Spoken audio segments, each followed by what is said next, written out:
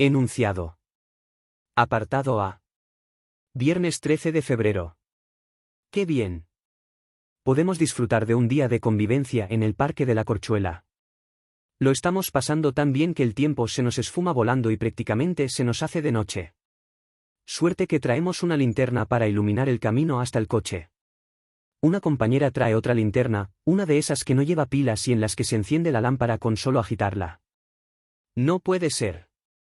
La cabeza nos da vueltas, sentimos el vértigo de la ciencia, y es que empezamos a pensar en las clases de física y en buscar el fundamento del funcionamiento de este tipo de dispositivos.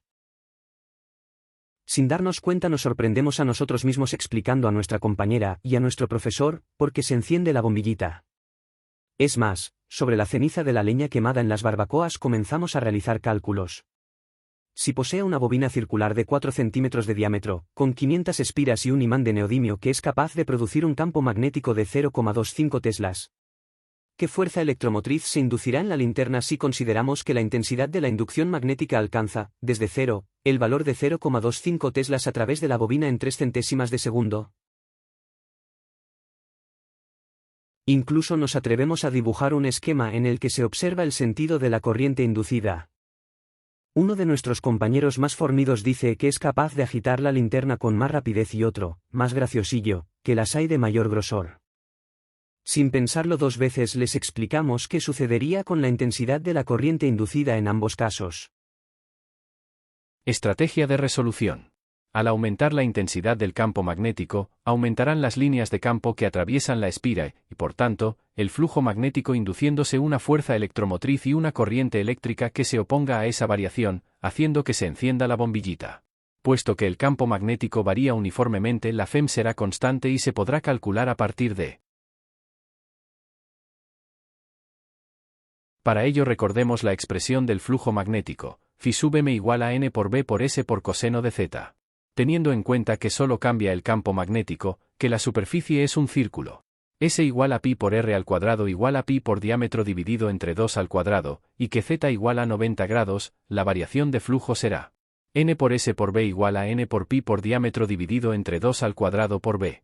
Y, por tanto, la fuerza electromotriz inducida en la espira es de menos 5,24 voltios. El signo negativo nos indica que la polaridad de la FEM y de la intensidad de corriente daría lugar a un campo magnético de sentido contrario al vector superficie que hemos tomado.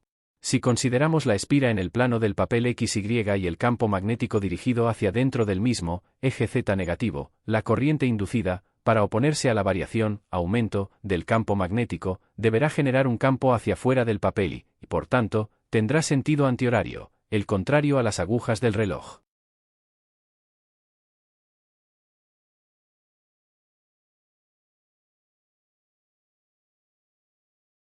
Si se agita la linterna con mayor rapidez se conseguirá generar mayor fuerza electromotriz y mayor intensidad de corriente, porque el flujo magnético variará más rápidamente.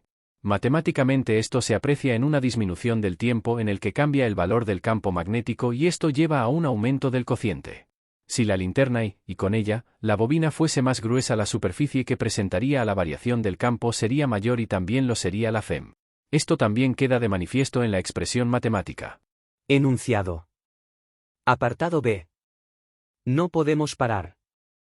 Ahora nos imaginamos a esa bobina girando uniformemente 60 rpm, en el seno de un campo magnético uniforme de 0,4 teslas y calculamos la fuerza electromotriz máxima y nos aventuramos a representar gráficamente la FEM frente al tiempo. Finalmente, estamos lanzados, razonamos cómo sería esa FEM máxima si el radio de la bobina fuese la cuarta parte. Estrategia de resolución. Como ya hemos deducido en las clases, el flujo magnético y la fuerza electromotriz inducida en una espira que gira en el seno de un campo magnético uniforme inicialmente perpendicular a la misma son.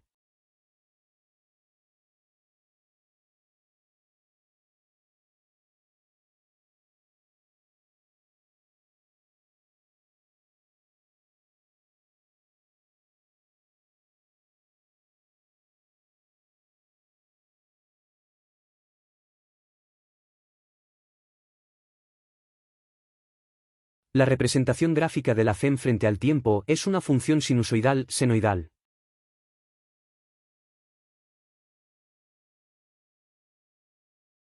Estrategia de resolución.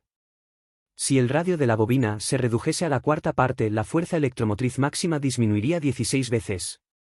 Lo podemos comprobar con la expresión de dicha Fem máxima.